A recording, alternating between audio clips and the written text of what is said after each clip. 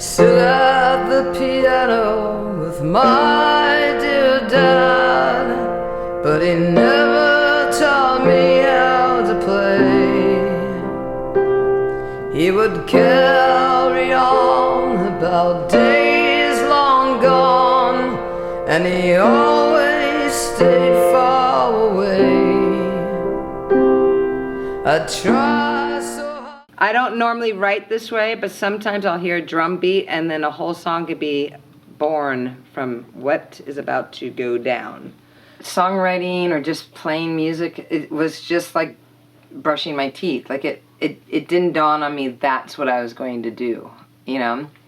It was just something I did. It was a part of me, and so the older I got, the more songs I started writing, and I don't know, it just happened very naturally.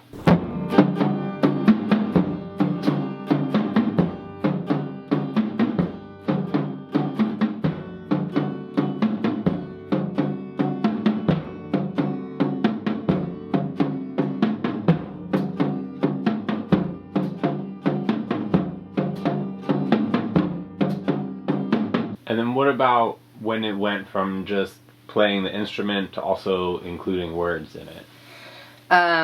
Again, that was all, it just came naturally. It was, you know, that little music part was like, oh, okay, and then you start figuring out, you know, where your fingers go, and you start making up chords, and the music's there, and then the melody starts showing up, and then the words just come out. Is what I'm best at, wheels come, chorus, and up in your back, time to really love, I wanna know that, I feel it coming down, under your step, dear come me, where I love, Well, what I did is I actually started with the instrument, and then I started learning songs by ear.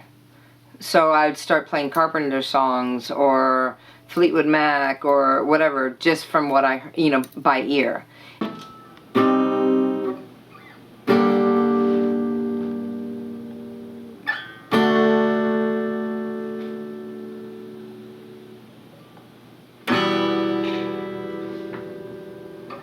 I don't remember what my idea was now. Let me just figure out what I'm doing.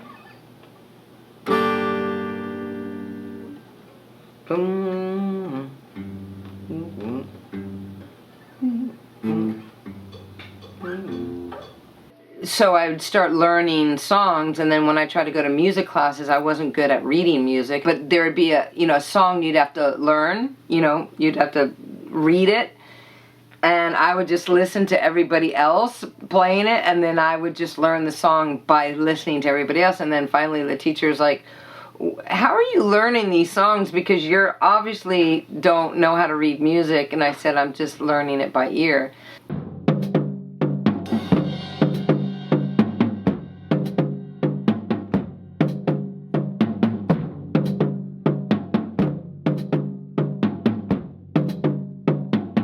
At what point did producing become part of your songwriting? It was never a choice that I was making. It was just something, again, that's just there. You know, anybody, you know, that will watch this will relate that when you write a song, you know, like when you're doing your songs, you hear your beats, you hear all this stuff. It's like, it's not genius, it's not anything abnormal. It's just someone being in control of their vision and their passion, basically. And anybody who is committed with passion will hear all the other instruments as well, because you're opening the door to that creative, you know, juice, that spark, that thing. Like, it's like endless, you know, like I'm not going to leave my creative in someone else's hands. And the only time I did that was when I did the Four Non Blonde record. And to be quite honest, I can't stand that record. I don't like the way it sounds. I don't like the way I sound. I think he produced us wrong. We were way cooler and way edgier than that record, and I didn't know. You know, I don't fucking know. I never, you know, I was in one studio before, and that was to make the crappy demo that, you know, Four Non Blondes did, you know, in one day. Okay, so now I'm gonna make a loop out of that. Something to play to do some guitar ideas, some extravagant, magical moments. Okay, so I'm going to go into guitar next and vocal and play with that guy. So you don't really know that when you're in the studio for the first time, and all I knew is, like, I kept asking the producers, like, why does my voice sound so thin and weird, you know? I didn't know it was compression and reverb and all that stuff, so...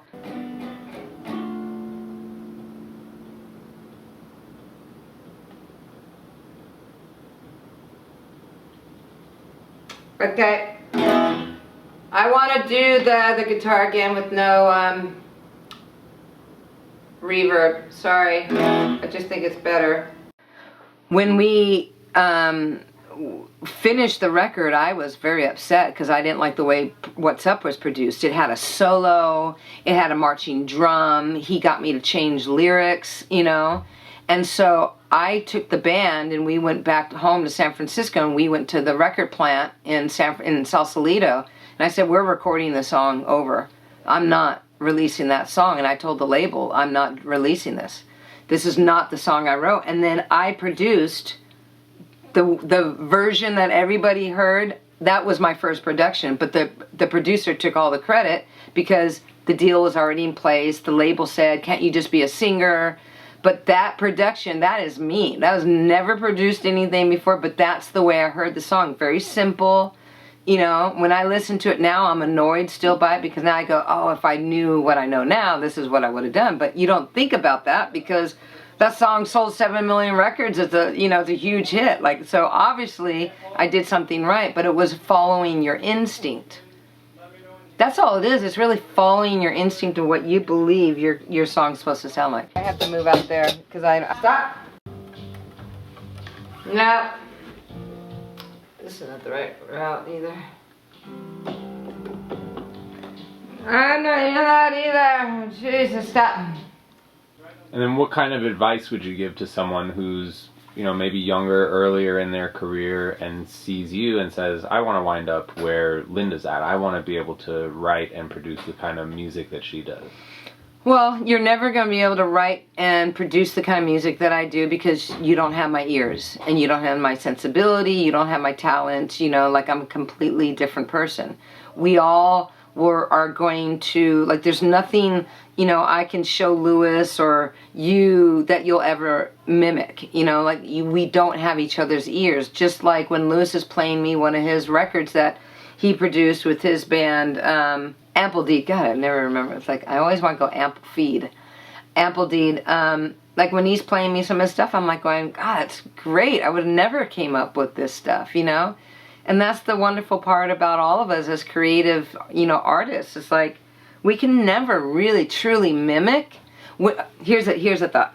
When you're an artist, a real artist, you can never mimic someone else's sound.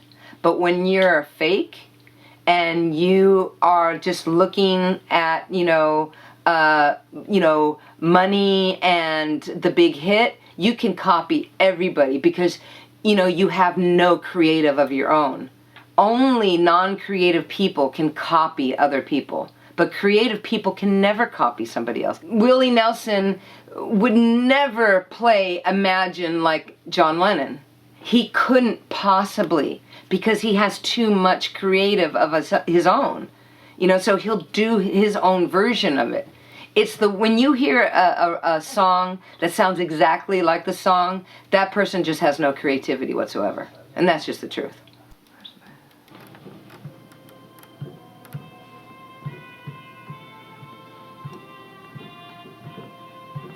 What I'm doing is trying to figure out what the part is now. I got a cool sound that I'm happy with.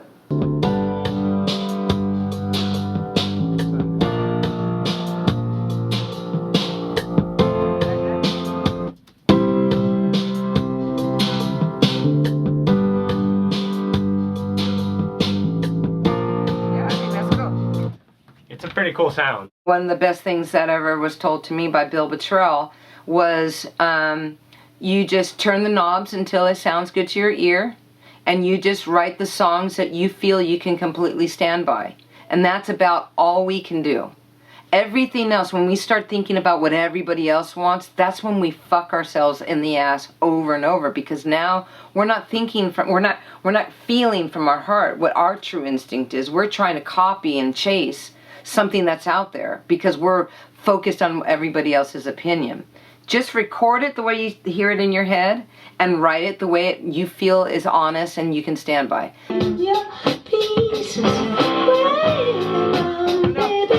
change me if you want, but I'm standing right here. Yes, I'm standing right here. Yes, I want it all. I can tell you where I've been. Who I am in here, I am not out there. Like, I'm not sitting at my piano and writing all these songs. Like, it's as if I shut that part down when it's like I leave here and I go, whatever, I need a break. But when I'm sleeping, that's where it's all fucking with me. It's like when I'm asleep or about to go to sleep, it's just, there's songs, it's brewing ideas. I get up constantly throughout the night and go to my iPhone. I have to be quiet, you know. I run in the back room, in the art room in the house, and I sing the melody I'm hearing. And sometimes those melodies come out to be like these amazing songs that I come in with in the morning and go, okay, I'm gonna see what this is. And all of a sudden I'm playing, I'm like, what the fuck? This came to me like in half sleep, you know. And it's like this brilliant idea. And then, you know, but like I'm not sitting at home writing songs. Like I don't want to for some reason, you know, but I do. Like if I'm in a mode, I will. But if you invited me over to your house and we were going to go do a jam, yeah, you know, but I know how and where to shut it down. But, you know, but it shows up. It's like, again, it's like I give it, the studio is where I give it life. And in life is just where it starts growing, you know. So it's like I don't do anything, I don't have to. I'm a little crazy. I'm really emotional. I'm a dick.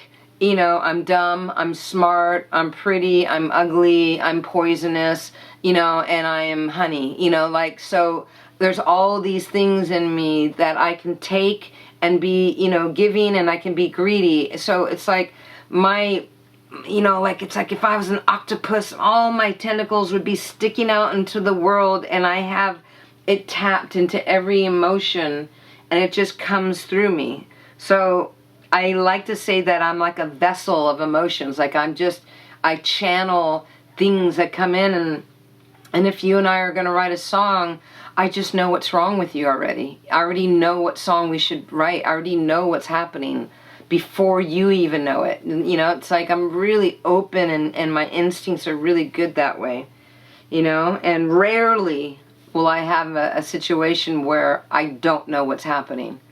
Like it's already, like I already can feel it. I feel the person coming. You know, it's weird. I just feel it coming. I know what's about to happen. But I have a feeling of what I want. I want it to be kind of slinky and sexy, but we'll see. There we go.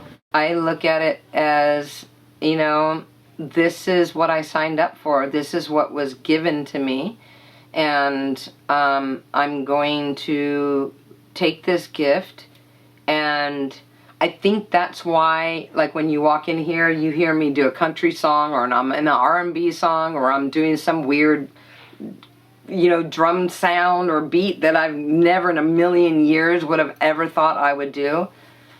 It's because I'm open for the possibilities. Like, there's nothing to tame. The only thing I need to tame is my mind.